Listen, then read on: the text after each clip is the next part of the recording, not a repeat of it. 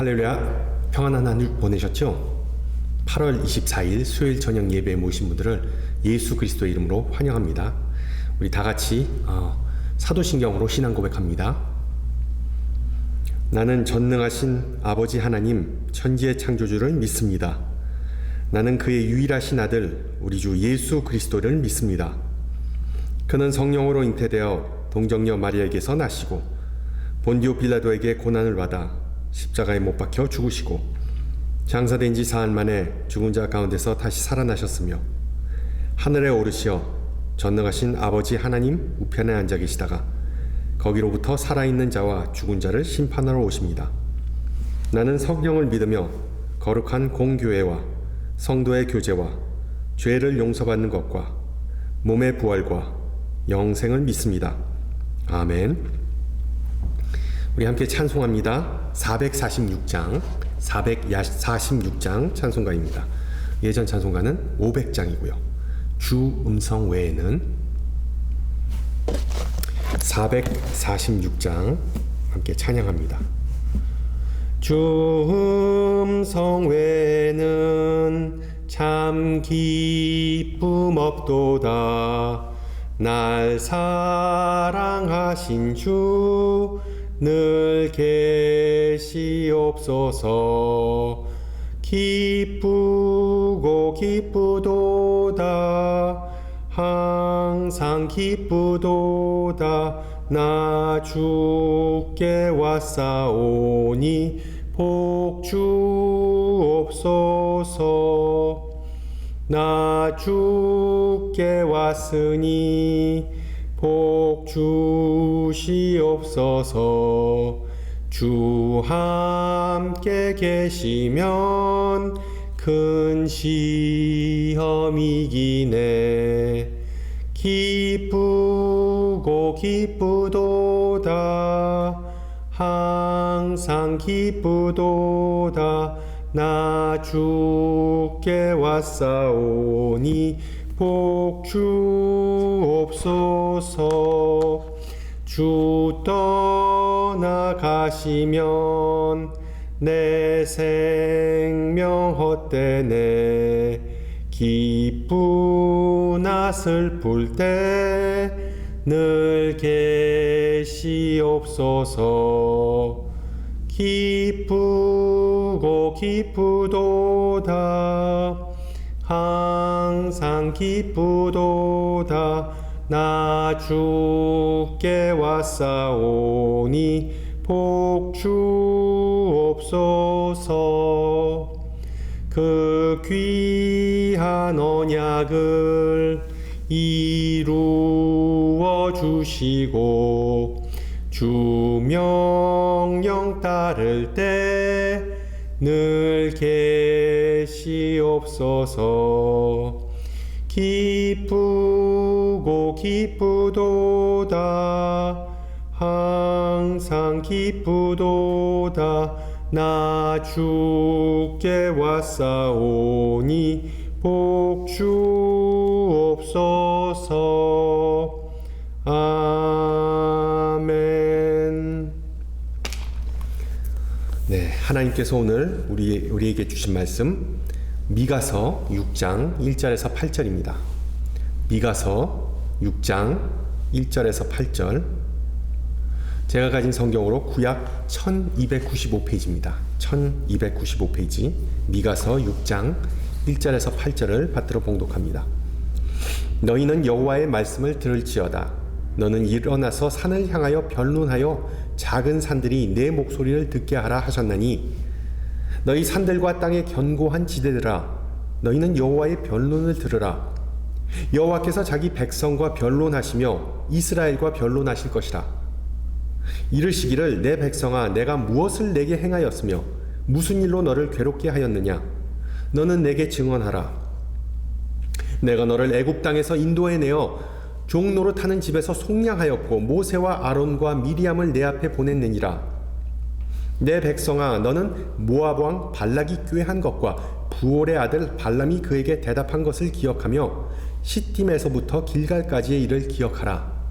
그리하면 나 여호와가 공의롭게 행한 일을 알리라 하실 것이니라.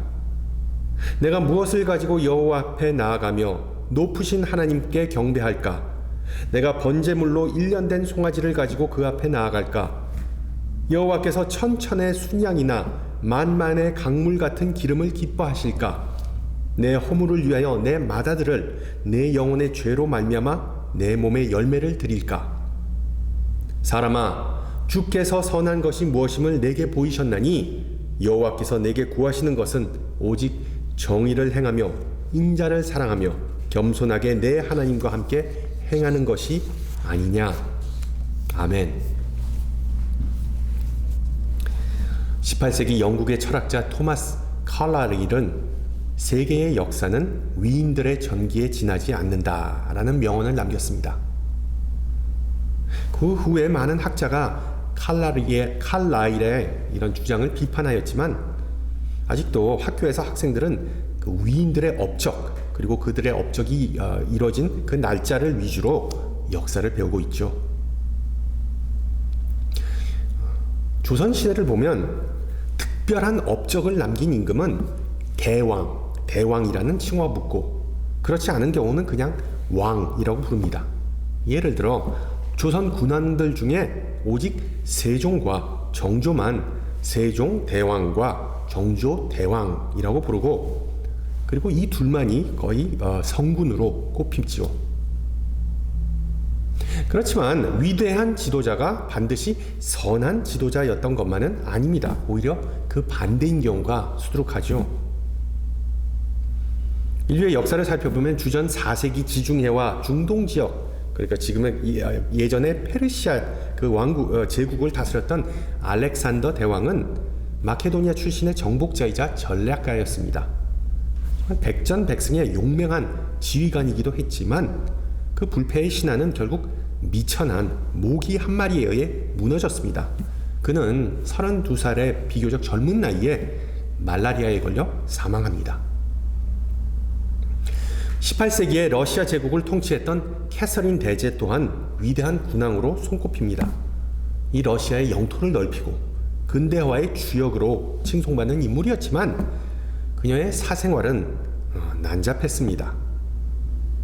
자신이 그 바람난 정인이 자신의 남편을 쿠데타로 폐위시킨 후에야 그 캐서린은 여왕으로 등극할 수 있었기 때문이죠.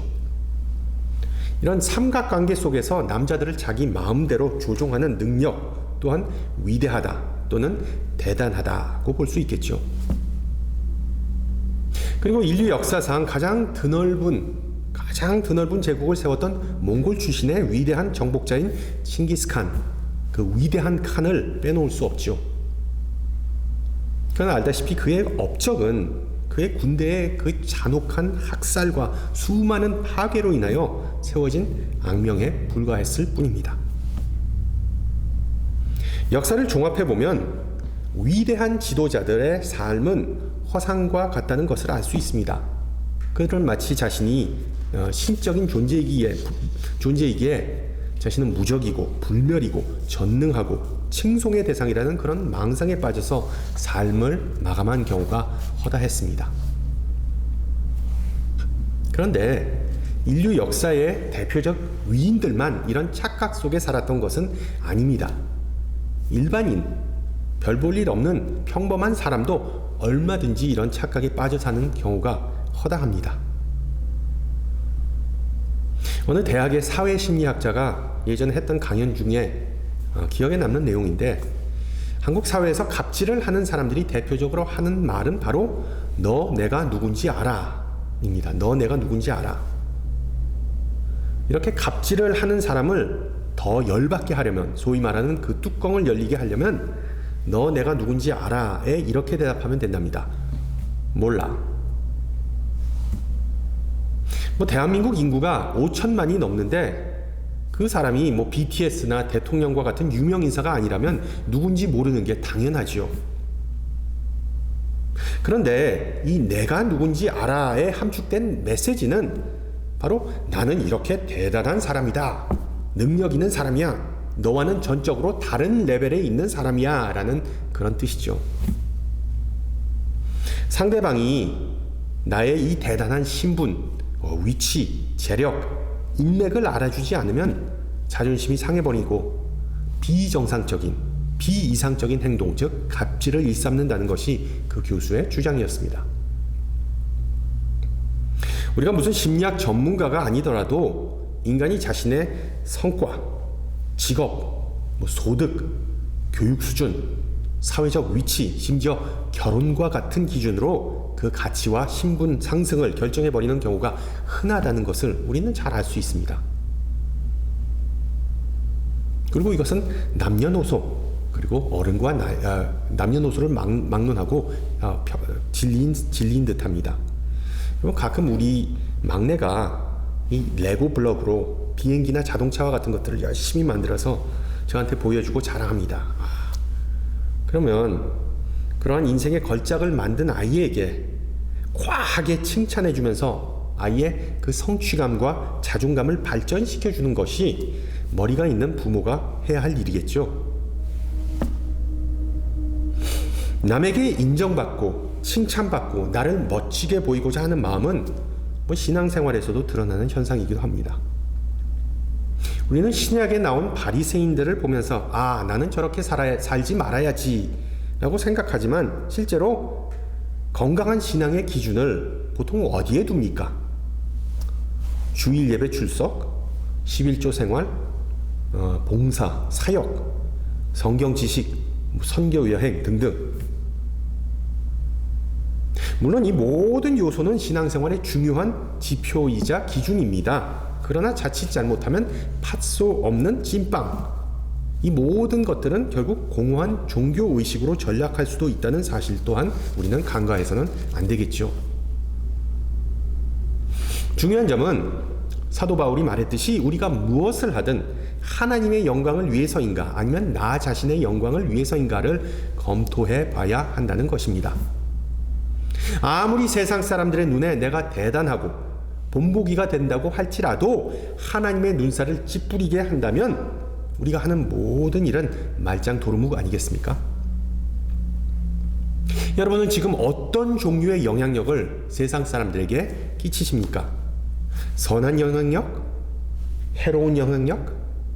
물론 아무런 영향력을 행사하지 못하는 사람도 숱하게 많습니다. 구약에서 선한 영향력을 보여준 사람 중에 선지자들을 꼽을 수 있죠. 그리고 그 선지자들의 몇몇은 이름이 좀 독특했습니다. 예를 들어 나훔은 하나님의 분노와 그리고 심판을 주로 선포했지만 그 이름의 뜻은 아이러니하게도 위로였습니다. 또한 요나라는 이름의 의미는 평화의 상징인 그 비둘기입니다. 그런데 알다시피 요나와 그리고 하나님의 관계는 전혀 평화롭지 않았습니다. 그리고 오늘 본문에 나온 이 선지자 미가는 그 뜻이 히브리 의문문입니다. 질문, 의문문입니다. 의문은 누가 여호와와 같은가? 누가 여호와와 같은가? 어떻게 보면 그 이름 자체가, 그 질문 자체가 정답에 대한 힌트를 제공하죠. 질문, 누가 여호와와 같은가? 대답, 여호와 같은 이는 없다. 하나님은 위대한 분이시다. 왜 미가는 하나님의 위대함을 강조하였을까요? 그 이유는 바로 동시대의 사람들이 하나님의 위대함을 입으로만 고백하였지 실제로 믿지 않았기 때문입니다. 그들은 오히려 자신이 살던 남왕국 유다의 위대함, 그 나라의 위대함, 그리고 정치 지도자의 탁월함, 그리고 종교의 우월함을 믿었기 때문입니다. 바로 오늘 본문에 나온 내용이기도 한데, 이 미가서의 역사적 배경은 유다 왕국, 남유다 왕국이 아수르 제국의 위협을 받고 있을 때였습니다. 주전 722년경에 북왕국 이스라엘은 벌써 아수르에 의해 완전히 멸망당했고, 남유다 왕국의 수도인 예루살렘이 살아남을 수 있었던 유일한 이유는 히스기야 왕이 아수르 왕에게 상당한 조공을 바쳤기 때문입니다. 그래서 왕국의 경제도 그냥 폭삭 망하고 정치도 엉망진창이 됐습니다. 사회적 전반적으로 완전히 혼란을 목격할 수 있었습니다. 백성은 좋았던 그 옛 시절에 대한 그리움에 빠졌습니다.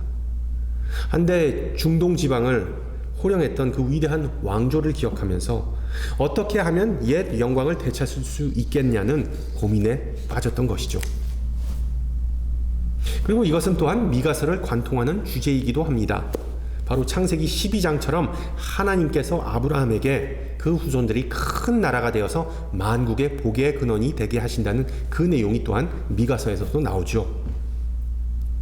문제는 인류의 역사에서 드러난 것처럼 위대한 나라, 위대한 제국, 위대한 왕국은 지속되지 않는다는 사실입니다.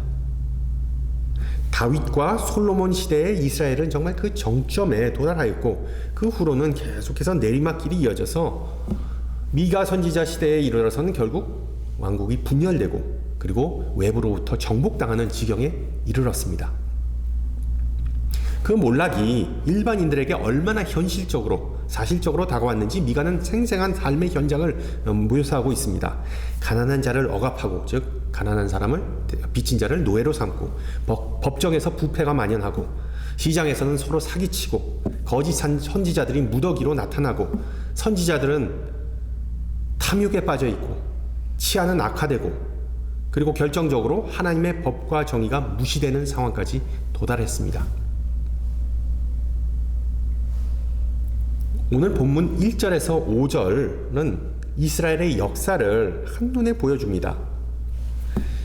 하나님은 이스라엘 백성을 애굽에서 인도하시고 원수들로부터 구원하셨지만 백성은 하나님의 은혜를 배척하였다. 그런 상황에서 어떻게 이스라엘이 복을 받고 심지어 열방의 빛이 될 수 있을까라고 미가는 반문합니다. 그것은 불가능하다. 또한 이스라엘의 과거의 위대함과 또한 과거에 보여줬던 선함은 어정쩡해졌다라는 것이 그의 결론입니다.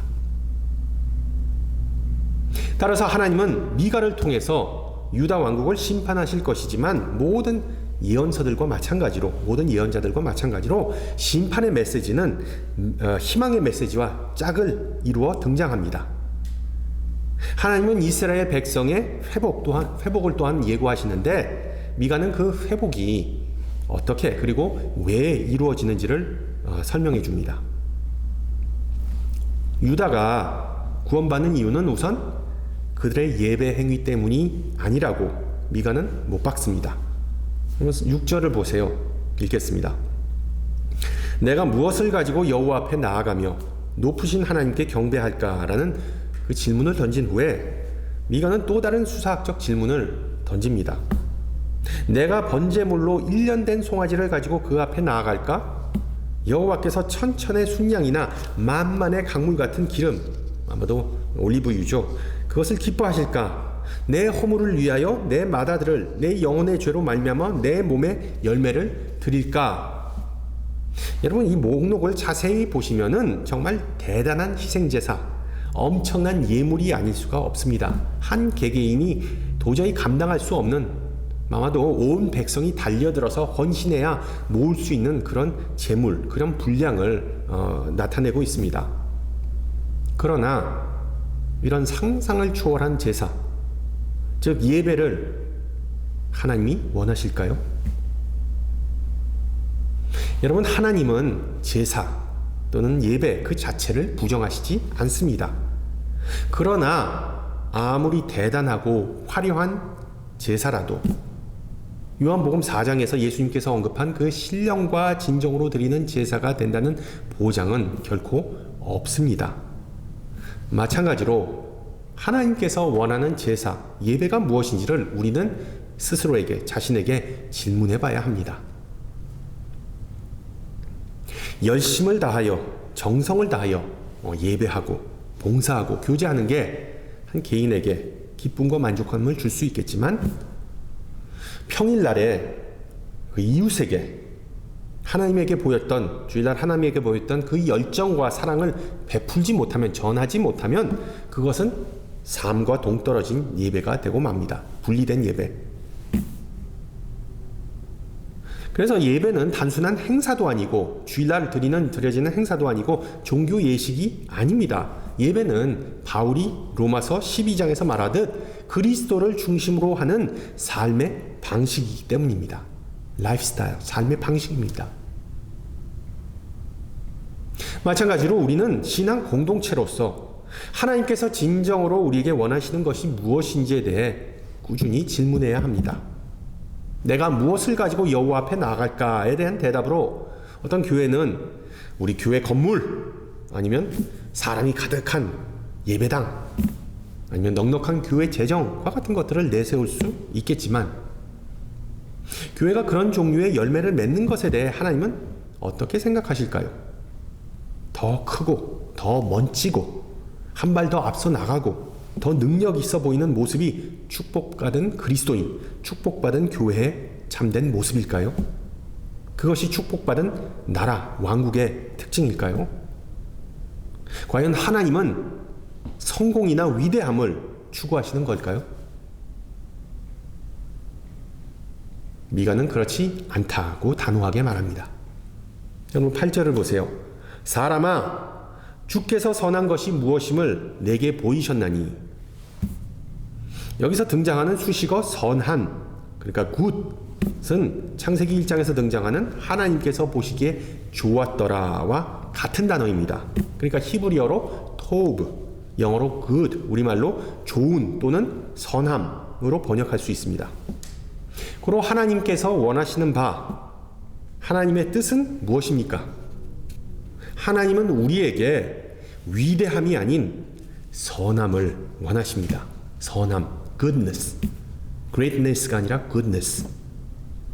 선함, 즉 하나님께서 보시기에 좋은 모습이 바로 천지창조 시대부터 지금까지 하나님께서 인류에게 일괄되게 꾸준히 바라셨던 것입니다.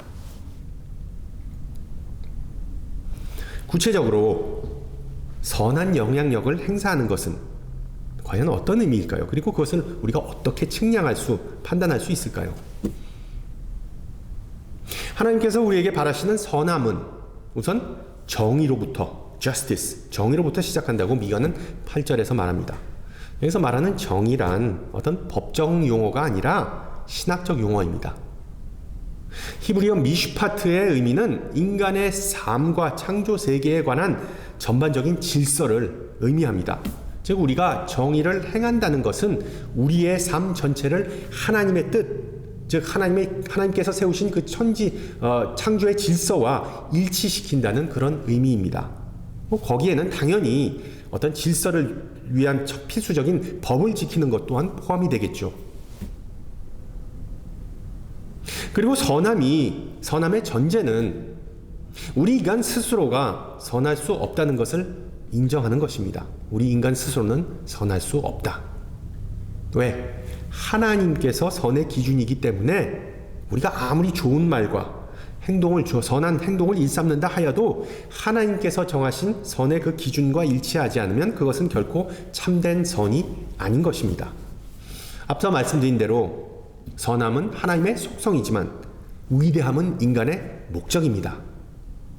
그러면 우리가 정의로운 삶을 산다는 것은 우리가 원하고 우리가 목적하는 것, 우리가 추구하는 대로 사는 것이 아니라 하나님께서 원하시고 하나님께서 능력 주시는 대로, 하나님께서 베푸시는 대로 사는 것입니다.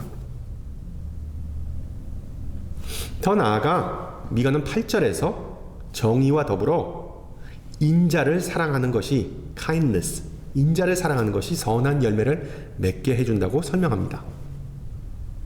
히브리어에서 헤세드라는 단어는 주로 인자함 또는 긍휼로 번역되지만 그 원래의 의미는 하나님 그리고 이웃과의 언약을 신실하게 지키는 것을 뜻합니다. 즉 하나님을 기쁘게 하는 것은 바로 우리가 매사에 하나님에게 신실함, 충성하는 것입니다.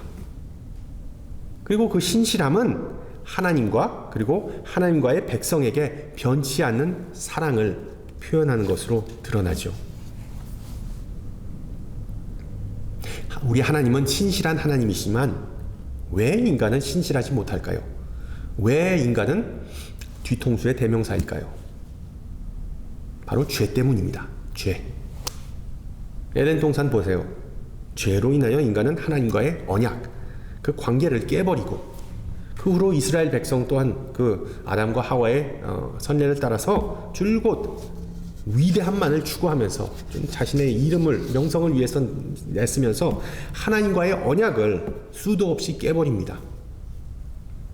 분명한 것은 인간이 위대함을 추구하면 추구할수록 하나님과의 관계, 하나님께서 요구하시는 신실함과는 거리가 점점 더 멀어지게 된다는 것이죠. 우리가 염두에 두어야 할 내용은 정의, justice와 마찬가지로 kindness, 신실함은 faithfulness, 자비, 단순히 어떤 신앙적인 개념이나 표현이 아닙니다. 참고로 오늘 읽은 미가서 6장 8절을 구약의 삼복이라고 부릅니다. 구약의 삼복. 그러니까 산상수훈에 나온 신약의 팔복과 그 평행을 이루는 본문입니다. 구약의 삼복이 있다면 미가서 6장에 마태복음 5장에는 신약의 팔복이 있죠. 신학자이자 루터교 목사 그리고 나치 정권에 의해 순교당한 디트리히 보네퍼는 이 하나님의 그러니까 예수님의 산상수훈, 특히 이 팔복에 대해 다음과 같이 설명합니다. 팔복을 해석하는 방법은 사람마다 다양하다. 그러나 예수님의 요점은 단 하나이다. 우리가 모든 것을 다 단순히 내려놓고 순종하는 것이다. 팔복을 해석하거나 적용하는 것이 아니라 그것을 행하고 따르는 것이다. 그것만이 복을 누리는 유일한 방법이다. 예수님은 우리가 팔복을 하나의 어떤 이상적인 개념으로 이해하는 것이 아니라 그것을 계속해서 실천하는 것을 원하신다. 라고 주장했습니다. 여러분, 이 미가 선지자가 말하고 있는 신실함, 자비함과 자비로움과 신실함은 어떤 추상적이고 신학적인 개념이 아니라 구체적이고 현실적인 삶입니다. 신앙생활을 복잡하거나 어렵거나 부담스럽다고 생각하는 사람들의 특징은 생각이 너무 많아서입니다. 생각이 너무 많아서. 뭐 이것도 해야 된다, 저것도 해야 된다. 하나님은 이런 분이시다, 저런 분이시다. 뭐 너무 성경의 내용이 방대하다. 뭐 그런 온갖 이유를 대는데 여러분 우리가 생각해야 할, 잊지 말아야 할 내용 단 한 가지를 꼽는다면 예수님의 희생제사 덕분에 예수님께서 흘리신 그 보혈 덕분에 우리는 이제 하나님의 백성, 언약의 백성이 되었다는 것입니다. 이 사실만 잊지 않고 하나님과 맺은 언약, 그 약속을 우리가 의지한다면 우리는 하나님의 백성다운 언행의 열매를 맺으면서 살 수 있는 것이죠. 마지막으로 미가는 8절에서 선한 삶은 겸손하게 하나님과 함께 행하는 것, 원문을 보면 에녹과 같이 하나님과 동행하는 것이라고 말합니다. 이 히브리어 하세네라는 단어는 겸손 또는 겸양이라는 의미와 더불어 하나님에게 눈을 돌리고 하나님에게 집중하는 것을 뜻합니다. 즉 하나님의 백성은 이 세상이 아니라 하나님에게 시선을 집중해서 무엇이 선한 것인지를 보고 배워야 한다는 뜻입니다. 자기가 먼저 일을 버려놓고 주님 나 참 잘했지요 라고 말하지 말라는 것이죠. 왜 우리 인간은 시키지 않은 짓을 그렇게 신속하게 그냥 대책 없이 할까요? 그 이유는 앞서 말씀드렸듯이 선함보다는 명성, 영광, 위대함을 갈망하기 때문입니다. 특히 빨리빨리를 좋아하는 우리 한국 사람들은 느긋하게 하나님의 뜻을 분별하고 기다리는 것을 아주 싫어합니다. 지금 즉시 바로 뭘 해야지, 뭐가 될 거라는, 뭐가 이루어질 거라는, 뭐가 역사가 벌어질 거라는 그런 신앙적인 강박관념에 사로잡혀 사는 듯 합니다. 그래서 하나님의 뜻을 구한답시고 기도해도 즉각적인 피드백, 응답을 원합니다.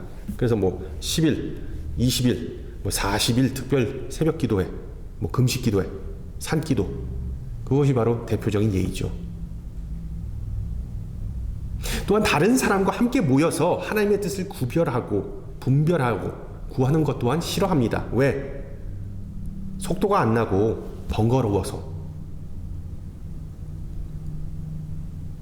또한 우리가 하나님의 뜻을 집중적으로 구하는 때는 주로 내게 어떤 문제가 발생하거나 내가 정말로 필요한 것이 있을 때입니다.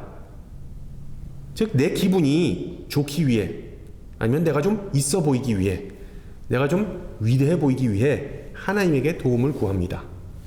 그렇지 않으면 하나님의 뜻을 구하는 것은 보통 뒷전이 되기 십상이죠. 그렇게 하지 말아야 할 것을, 그렇게 살지 말아야 할 것을 우리는 이론적으로 알고 있지만 실질적으로 거의 안 합니다. 그런 면에서 우리는 미가 시대에 사는 유다 백성과 별반 다를 것이 없다고 보면 되겠죠. 내가 아닌 하나님에게 시선을 돌리고 내 자신을 낮출 때 비로소 정의를 행하고 하나님에게 충성할 수 있습니다. 그때 비로소 우리는 하나님의 눈에 선한 백성으로 비칩니다. 바로 하나님의 선하심 앞에 굴복하기 때문이죠. 선함이 아니라 위대함을 추구하고자 하는 마음, 그 유혹은 누구에게나 있습니다. 나는 당연히 잘했고 잘하고 있으므로 칭찬과 인정을 받아야 한다고 믿기 때문이죠. 그러나 인간은 위대함을 사람들의 눈길을 지속해서 감당할 수 없는 존재입니다. 화무 11홍, 역사 속의 숱한 위인과 제국이 그것을 증명합니다. 잘 나가는 연예인이 스포트라이트를 얼마나 지속해서 받을 수 있겠습니까? 하나님께서 요구하시는 것은 위대함이나 탁월함이나 인정이 아니라 하나님은 우리에게 선함을 요구하십니다. 문제는 하나님의 이런 바램, 하나님의 이런 뜻을 이해하고 나의 것으로, 나의 신앙의 일부분으로 온전히 만드는 데는 너무나 오랜 시간이 걸린다는 것입니다. 왜? 사람들이 아니라 하나님만을 바라보고 있으므로 내가 지금 내가 과연 선한 삶을 살고 있나? 내가 가는 방향이 지금 올바른 방향인가? 선한 영향력을 실제로 발휘하는가라는 온갖 의문이 생기기 때문입니다. 그러나 우리가 하나님에게 흔들리지 않게 초점을 맞추고 십자가에서 맺으신 그 언약을 꾸준히 묵상하고 하나님의 인도하심을 받는다면 다른 사람이 주목하든 말든 신앙인은 자신에게 주어진 몫을, 맡겨진 임무를 다한 셈이죠. 그것이 바로 신실함, faithfulness, 그리고 loyalty, 충성함입니다. 하나님께서 다 보시고 하나님께서 다 헤아리신다는 사실을 이미 알기 때문에 그의 삶에는 기쁨과 만족감이 넘치게 됩니다. 인정을 받는 것이 아니라 선한 영향력을 행하는 것, 그것이 바로 초대교회의 성장의 비결이었습니다.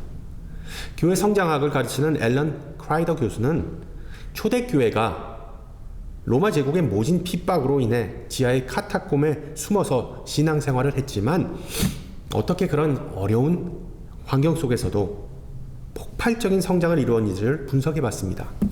보통 대형 교회의 특징인 전도 프로그램이나 좋은 설교, 잘 짜인 예배, 직분자들의 리더십과 같은 요소, 즉 사람이 우리가 이사 가서 교회를 찾을 때 고려하는 요소는 그 당시에 전혀 존재하지 않았다는 점을 크라이더는 지적합니다. 그리고 그는 이렇게 말하죠. 초대교회의 성장 전략은 딱 한 단어로 요약됩니다. 성실한 인내심, faithful patience.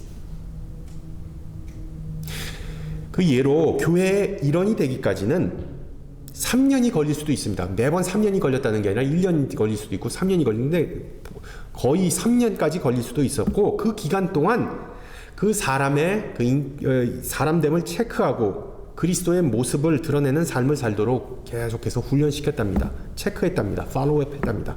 초대교회에 관한 문헌을 보면 전도나 설교는 거의 비중을 두지 않았다는 것을 우리는 알 수 있습니다.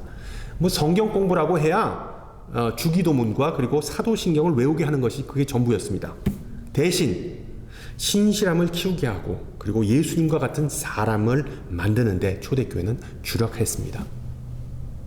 즉 초대교회가 폭발적으로 성장한 배경에는 성공이 아닌 교인들의 인성과 그리고 인격을 형성하는 데 주력한 결과입니다. 위대한 사람들이 아니라 선한 사람들을 세우는 데 초점을 맞췄다는 이야기죠. 홀랜드 오퍼스라는 명화가 있습니다. 여러분 기회가 되신다면 한번 보세요. 30년 넘게 문제아들을 일일이 그리고 1대1로 맡아서 음악을 그들에게 가르쳐주고 정말 사람 구실을 하게 해준 신실함의 대명사인 고등학교 음악선생 홀랜드 오퍼스가 그 자신의 은퇴식을 하는 장면이 그 영화 마지막에 나옵니다. 그리고 오래전에 정말 자신이 그 고등학생 때 그 지도를 받았던 어떤 여자아이가 커서 나중에 주지사가 되어서 그 인생의 스승이자 자신에게 음악을 가르쳐줬던 은인에게 다름과 같은 감사의 말을 전하는데 정말 많은 사람이 감동받은, 많은 사람의 마음을 울리게 한 그런 대사입니다. 그 주지사가 이렇게 말하죠. 홀랜드 선생님은 수많은 동문의 인생의 나침판이 되었습니다. 그런데 정작 아마도 선생님은 자신은 헛된 인생을 살았다고 생각할지 모릅니다. 그렇습니다. 선생님은 지금 부자도 아니고 유명한 작곡가도 아니고 작은 학교의 음악교사일 뿐입니다. 하지만 선생님은 부와 명성을 초월해서 성공한 인생입니다. 주위를 보세요. 저희가 바로 선생님의 교향곡입니다. 우리가 선생님 작품의 악보이자 음계입니다.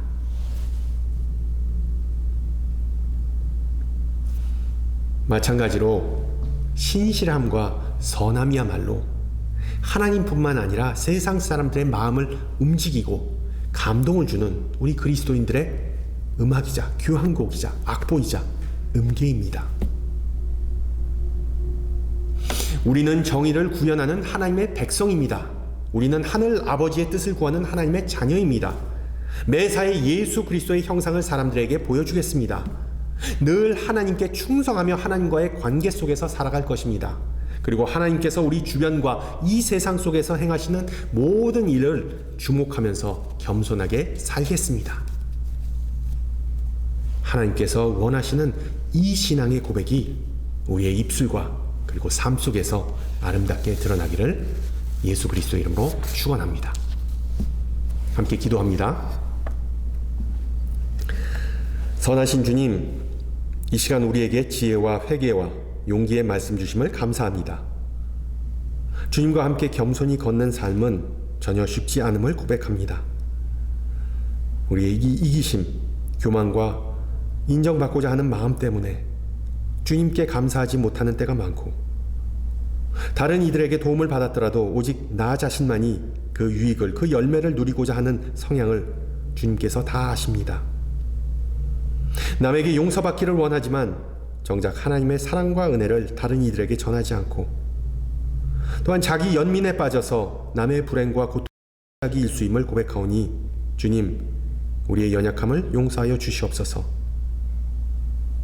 항상 정의와 인자와 겸손으로 무장하여서 남을 대하면서 하늘 아버지의 뜻을 항상 구하고 실현하고자 했던 예수님처럼 위대함이 아니라 선함을 구하고 실현하기를 기도합니다.